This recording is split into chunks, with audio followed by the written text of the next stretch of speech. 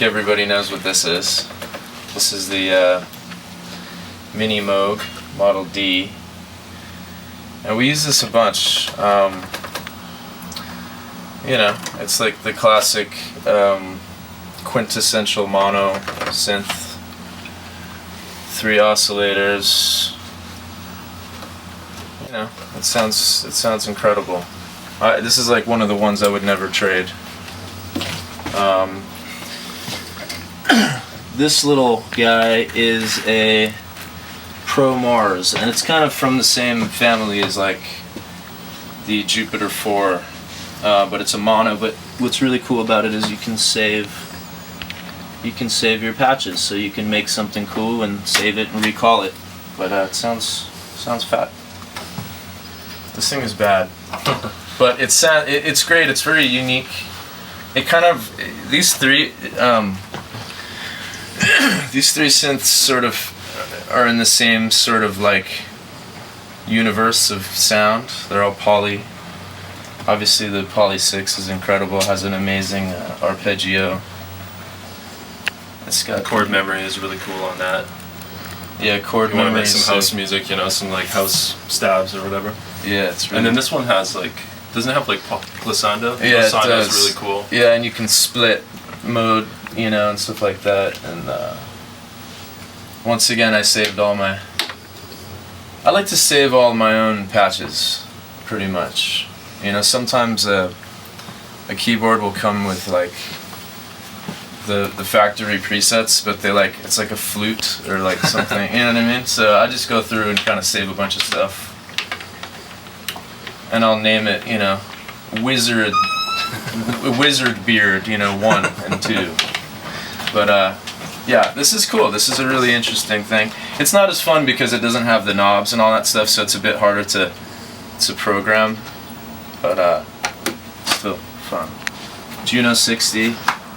It's another classic. We've used that one a lot. Yeah, we use that a bunch. Mostly for the harp sounds.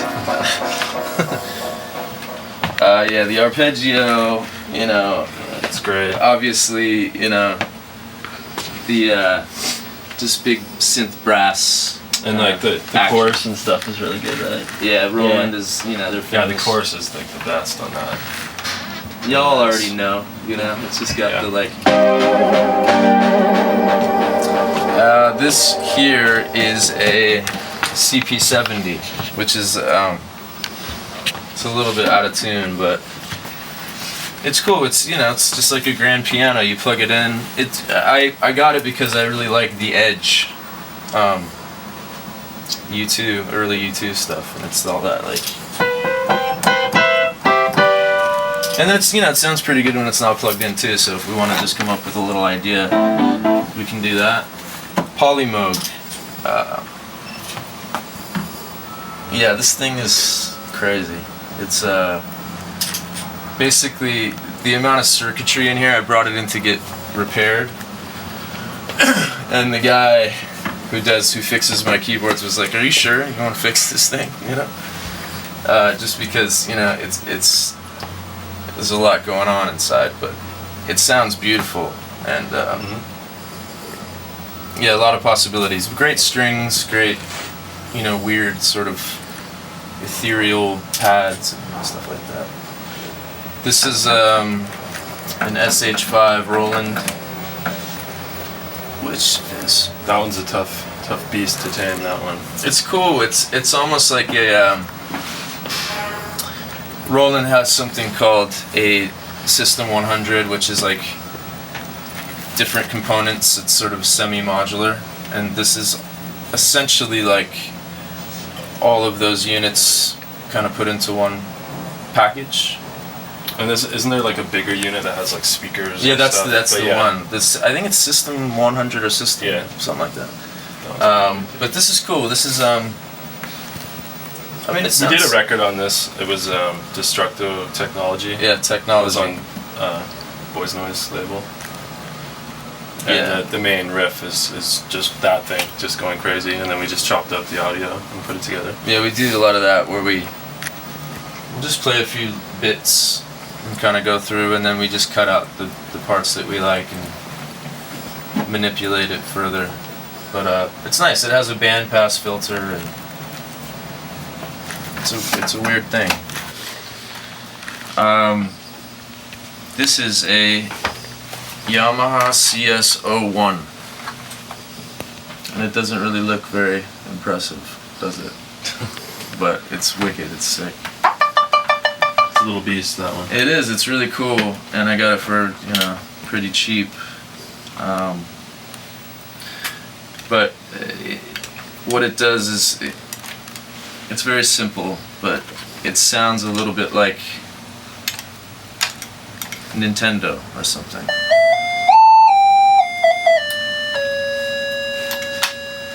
Which I really like. It's just video gaming, right? Very video game. Oh yeah, it has glissando. So you too, can, right? Yeah. I mean, I know this is gonna sound like.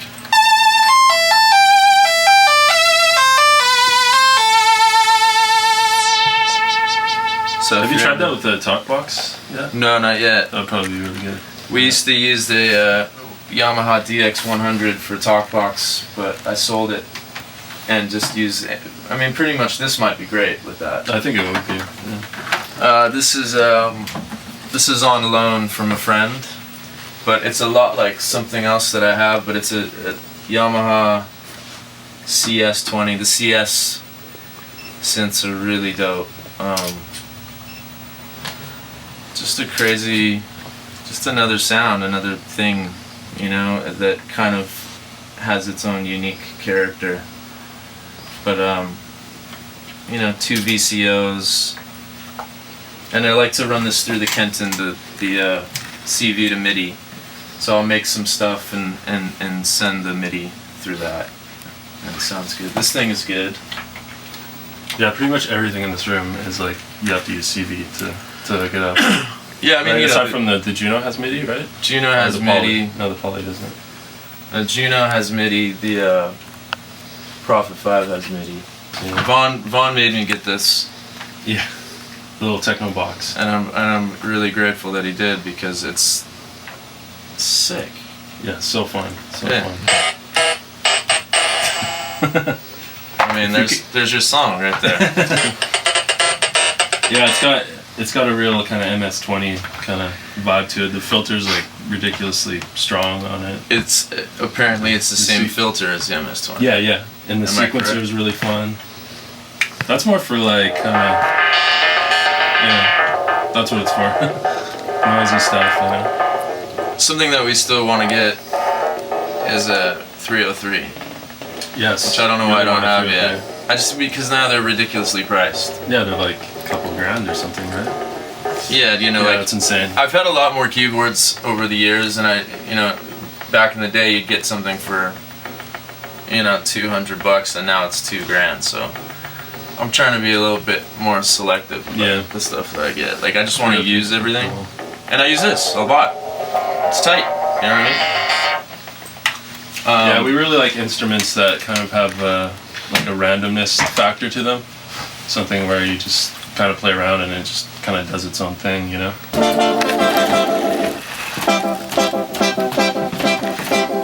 Everybody who's into synths kind of knows about this keyboard.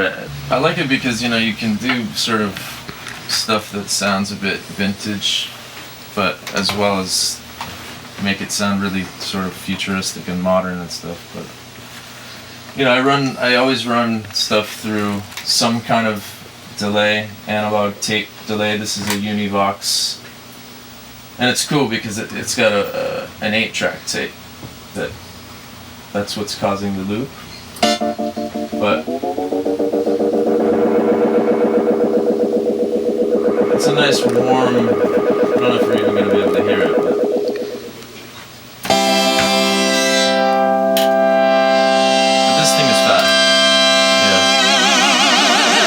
Save your patches on it. How many patches do you get? I don't know. It's got the extended memory, so I think. Oh, okay. You can save a bunch of lot, stuff. yeah. And I made all these weird sound effect. There's the flute that I don't like. Synth pan flute. Yeah. That's cool. Very John Carpenter, you know, like. MPC.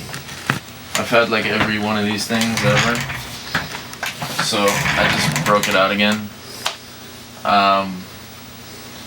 What I really wanted to do is dig through the hard drive and find old sounds from 10 years ago, and I found some cool stuff, but this is how I started making tracks, was MPC 60 and a record player. So I felt like I wanted to bust it out again and try to make some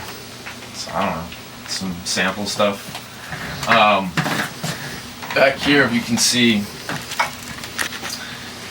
this thing is wild. It's a DVP1 Korg vocoder, and I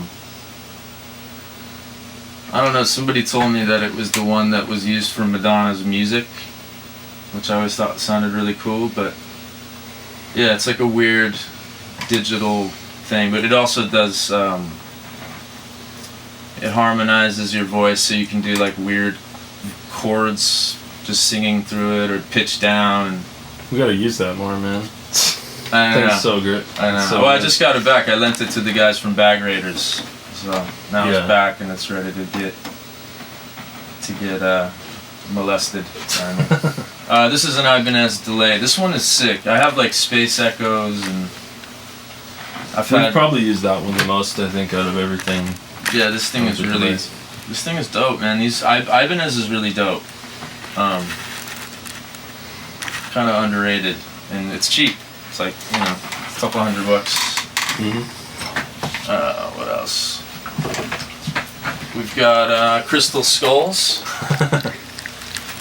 which are important for the gotta harness that conjuring energy. the sort of the dark. Just try to forget about the last Indiana Jones movie. Yeah.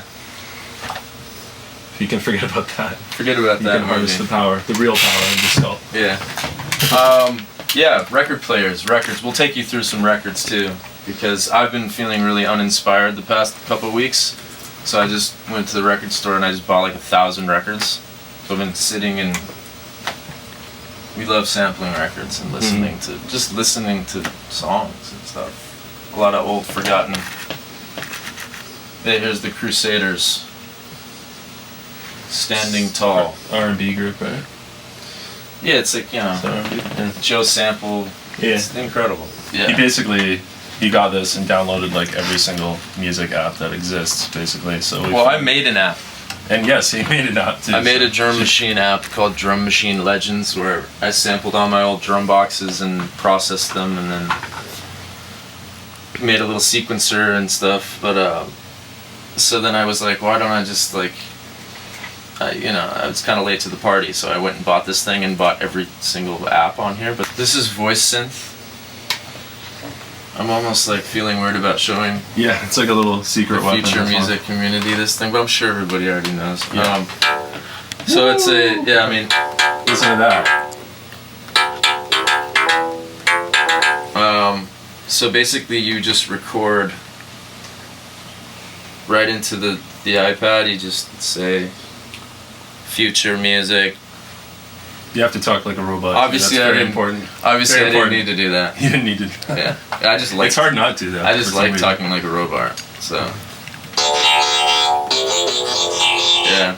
So it just makes a really cool patch. Yeah, and you can actually get in and like loop certain bits of it. Yeah. So it's good for just making like. So here you turn the loop on. Yeah, man. You get like a good little bit. And then, really sick. How do you tweak it? It's like.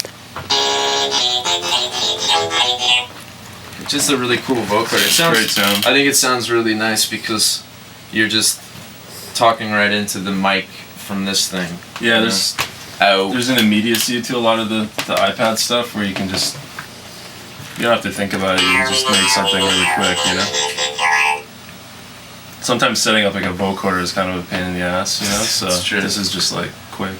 Yeah, and then it sounds. I think we like things that just sound like different, you know. Yeah, so that definitely has like an identity to it. It's really flat. And we use what's the other one we use? Bitspeak. We use Bitspeak a lot. Bitspeak is really cool too. That kind of has a really distinct sound to it. Well, it's funny because there's not very many software vocoders that, you know, you have to kind of work pretty hard to get a good sound out of them for some reason. And so what we do is we'll just like make a couple of layers and stacks of different plug-in vocoders, and then we have, you know, obviously real ones. Oh, this one's cool. This is an arpeggiator.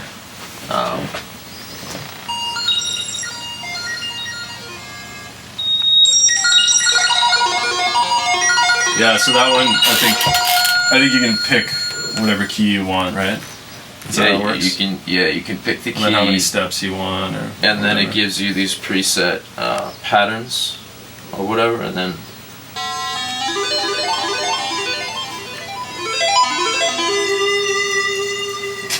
you can shake it around, you know. But like, yeah, this thing is cool. Like a lot of times what we enjoy doing is creating like a little piece of something and a just taking something from this, and then it just inspires a song rather than just starting from completely nothing. So just like a piece of random, like something like that that's in a key that we want to do our song in, and then just lay that down, and then it's easier to sort of build on top of that, you know. Figure, propeller head. This one we've used a lot, actually. Yo, it's so dope, it's so simple. Really, really fun, that one. You know what I mean? Yeah, and like, so like you basically like set up, you know, however many, it's kind of a part sequencer. Yeah. You can hear that. All the sounds are really good too. Just really basic, dry drum machine sounds. Yeah, so we just plug this right in. You know, we'd run it through the API, put it through the compressor, and then just lay down little patterns, and feels, you know, it just has a good feel. Again, it's like one of those things that has a lot of happy accidents. So if we're making a track, we'll just like record like 5-10 minutes of it and just go crazy on it, and then just chop the bits that we like. So. Yeah. And there's like bass sounds and lead sounds and stuff too. Yeah, basically just looking for the happy accidents and stuff. Yeah, and, definitely. But yeah, it's, you know, this thing's fantastic for something that I've been doing is there's something called Midi Designer, which is really dope. But you just create your own template of MIDI controls that basically send signal to your software, and you know, like, oh, put a fader on the page, put a knob, right, and then, you know, set up what parameters that those are going to affect, and then you have this really cool just a control Logic, surface. Yeah, and it works with Logic. There's a couple programs that do that. There's Lemur and Touch OSC, which is really sick, really sick. But it's nice, you know, to be able to have the